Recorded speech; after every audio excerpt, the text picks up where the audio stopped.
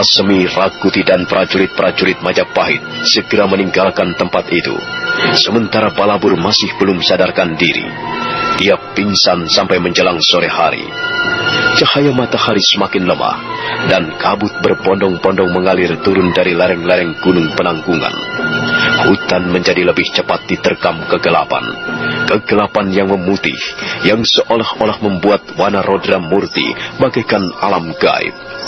Pada saat itulah tubuh Balabur bergerak-gerak. Aduh. Di mana aku ini? Apakah aku masih hidup? Aku ingat aku tersesat jalan dan akhirnya aku tertangkap prajurit-prajurit Majapahit. Ampun Gusti Ramapati, hamba tidak dapat membantu Gusti lagi. Agaknya hamba tidak akan pernah pergi meninggalkan tempat ini lagi.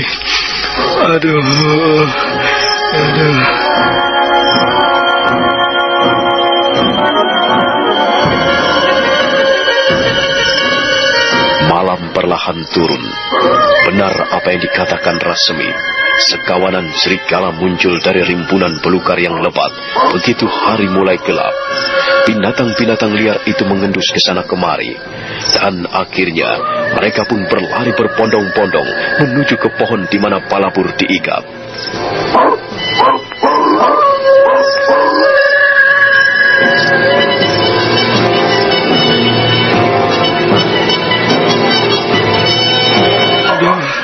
Kuat sekali tambang ini.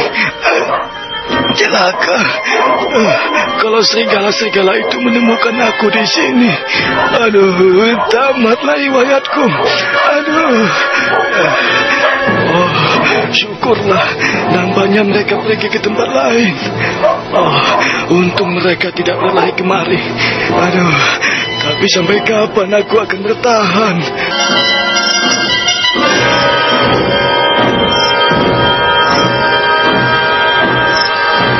Balabur terkejut, jantungnya seperti disentakkan. Kedua matanya menatap liar ke sana kemari, ke balik rimbunan-rimbunan belukar. Dan di sana dia melihat berpasang-pasang mata berkilauan menatapnya. Balabur menggigil ketakutan. Lagi-lagi dia berusaha melepaskan diri dari ikatan tambang. Tapi lagi-lagi usahanya sia-sia belaka. Sementara itu, puluhan pasang mata yang tak lain adalah mata serigala-serigala kelaparan masih terus menatapnya dengan tajam. Tidak, jangan bunuh aku. Jangan bunuh aku dengan cara seperti ini. Tidak. Jangan. Ampun. Jangan bunuh aku. Aku tidak tahu.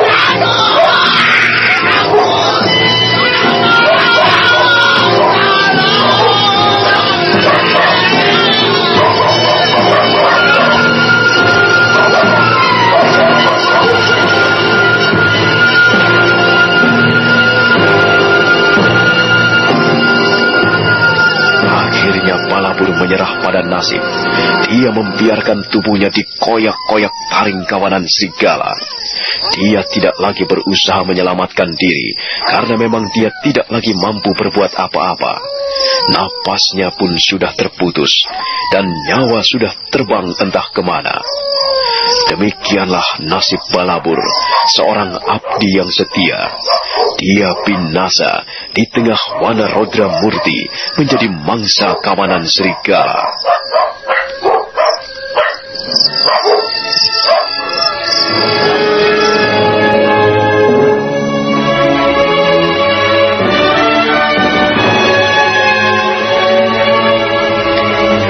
Kita tinggalkan nasib Balabur yang malang. Sementara itu, Sang Ramapati dan istrinya masih tinggal di ruangan goa. Sang Ramapati terbaring pulas dalam tidurnya, sementara istrinya masih terjaga. Mendadak Sang Ramapati menggeliat bangun. Ada apa, Kakang? Aku baru saja mimpi, Nyai.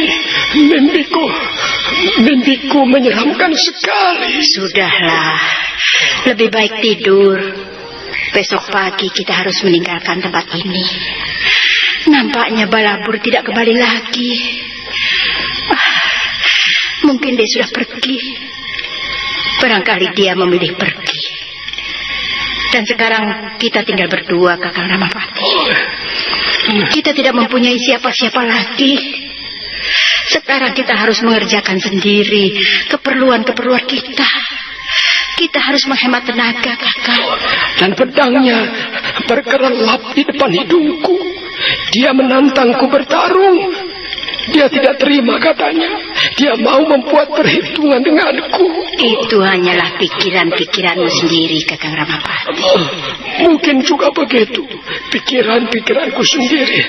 Tapi Nyai, Ranggalawe memang menjadi korban siasat liciku. Tapi mengapa baru sekarang ia muncul dalam mimpiku?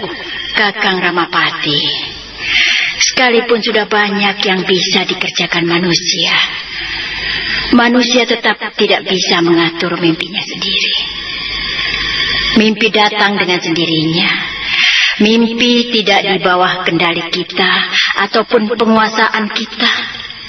Sudahlah, jangan merisaukan soal mimpi.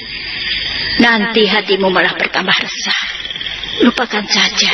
Sang Ramapati menuruti kata-kata istrinya. Dia segera membaringkan tubuhnya di atas lempengan batu. Sementara itu Nyai Ramapati pun ikut membaringkan tubuhnya di sebelah suaminya. Dan sebentar kemudian, mereka pun sudah sama-sama terlelap dalam tidurnya masing-masing.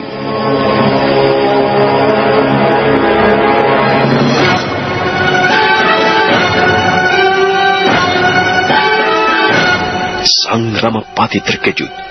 Mendadak dia melihat layar kehidupan di depan matanya tersinggap.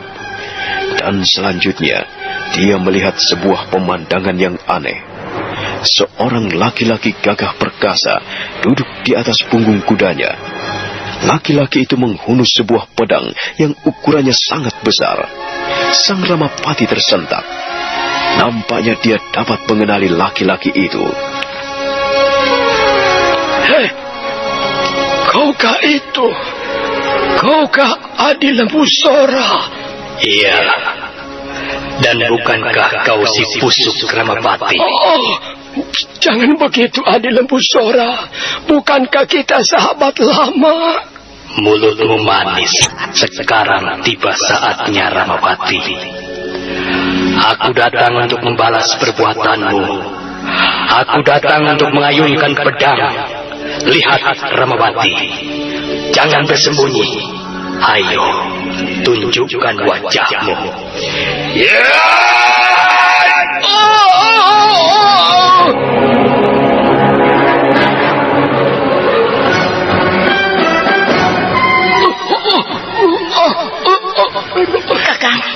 Kakang Ramapati. Kakang, ada apa? Mengapa kau berteriak-teriak? Aku sampai terbangun. Nyai, aku bermimpi lagi. Sekarang Lembu Sora datang padaku untuk menuntut balas katanya. Aduh Nyai, apa yang bisa kulakukan? Nyai? Itu hanya mimpi, Kakang. Itu hanya pikiran-pikiranmu sendiri. Jangan dirisaukan. Tapi Nyai, mereka sepertinya benar-benar datang padaku. Ranggalawe dan Lembu Sora datang untuk membalas perbuatanku. Oh Nyai, bagaimana hatiku bisa tenang, Nyai? Berusahalah, Kakang. Berusahalah supaya hatimu menjadi tenang. Lupakan saja. Lupakan mimpi-mimpi itu. Peristiwa tentang Ranggalawe dan Adi Lembu Sora sudah lama berlalu. Untuk apa diingat-ingat lagi? Nyai, mungkin sekarang aku sedang memetik buah dari pekerjaanku sendiri di masa lalu, Nyai. Itu adalah hukum karma, Kakang Ramapati. Hukum alam. Hukum karma juga disebut hukum pikiran. Lalu bagaimana, Nyai? Aku tidak mungkin melawan hukum karma, bukan? Menurut nasihat para sesepuh, menurut wejangan para leluhur, hukum karma tidak bisa dilawan. Hukum karma harus diterima sebagaimana adanya. Pasrah. Sikap pasrah sangat banyak membantu Kakang Ramapati. Pasrahkan jiwamu. Pasrahkan hatimu di hadapan para dewata agung. Jika hatimu bisa pasrah dan tenang, mimpi-mimpi buruk seperti itu tidak akan pernah datang.